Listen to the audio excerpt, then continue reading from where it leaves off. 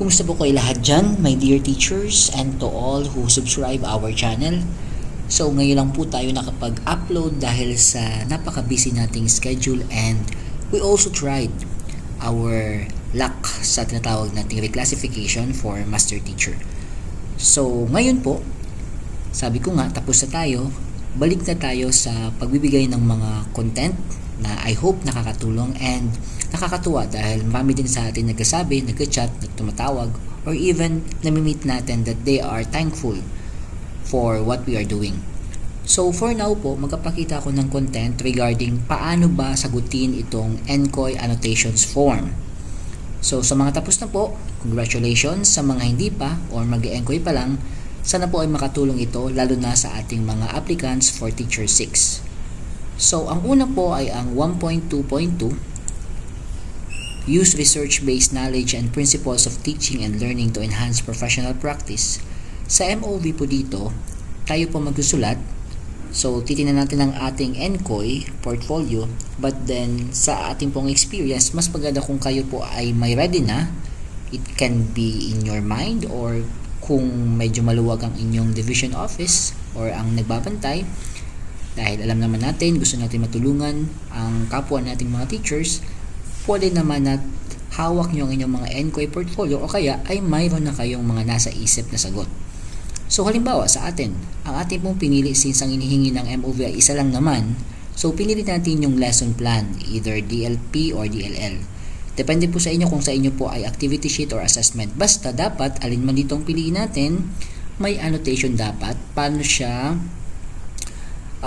related sa ating objective. So sa ating description, i-describe natin yung ating nilagay na MOV. For example, since DLP tayo or DLL or lesson plan, so pakibasa lang po yung description. Ayan naman po. Then sa ating namang annotations, dito po tayo medyo pwedeng mas magpagandang sagot kung gagawin natin ay star way ang approach. So kadalasan po ginagamit ito kapag naglalagay ng mga observation, but then pwede rin po siyang gamitin sa paglalagay ng annotation. Bakit? Mas nagiging siyang mas maayos, organize ang ating sagot. Kasi una, isasabihin muna natin ng situation, ano ba yung ginawa natin related to the indicator, andyan naman po. Then, what is our task? Yan. Nakalagay naman po dyan, pakibasa na lang. Then ngayon, ano yung ating ginawa? Ano yung ating action? So as a classroom teacher, in-apply natin ang research-based strategies like inquiry-based learning and experiential observation supported by the lesson plan. Ayan po. Then, what is the result? Ano yung nangyari? So ito po. So by doing this kind of way of answering, mas madali po ang pag-check ng ating mga assessors. So isa po ito sa isa kong masasabing effective na technique sa pagsagot, paggawa ng annotations. So yan lamang po sa 1.2.2. Next, puntahan naman natin ang 4.4.2. So dito po, hindi po dito isa lang ang kailangang ipakita. So dito po, kailangan itong tatlong ito ay nandito sa ating MOV. Kasi nakalagay dito, dapat tayo as teachers, we participate in collegial discussions, and to show it, we should have this MOV. So nakikita niyo po dito, attendance sa alinmang discussions ito or session. Sa akin po, insert yung aking ipinakitang MOV. Kung kayo po ay pwede. Kung kayo po ay collegial discussion, pipili lang kayo dyan ng isa na may attendance.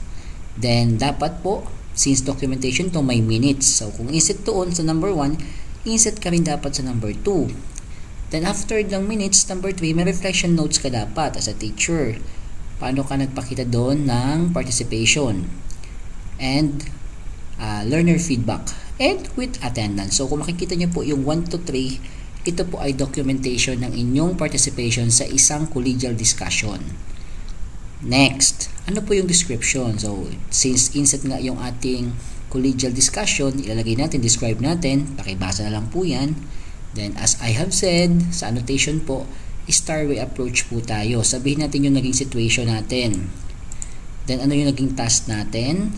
Ano yung naging action? And based from that action, ano ang naging resulta? So di ba po, mas maayos, mas organized So, ganyan po yung paggawa natin ng NCOI annotation form. So, hanggang dito lang po muna tayo sa dalawang NCOI or indicator. Yung sunod po nating video, yung sunod naman po na tatlo. Okay? Para po hindi masyadong mahaba at hindi rin po kayo mabore sa panonood. So, yan naman po muna. Then, pakiwatch lang po yung ating sunod na video.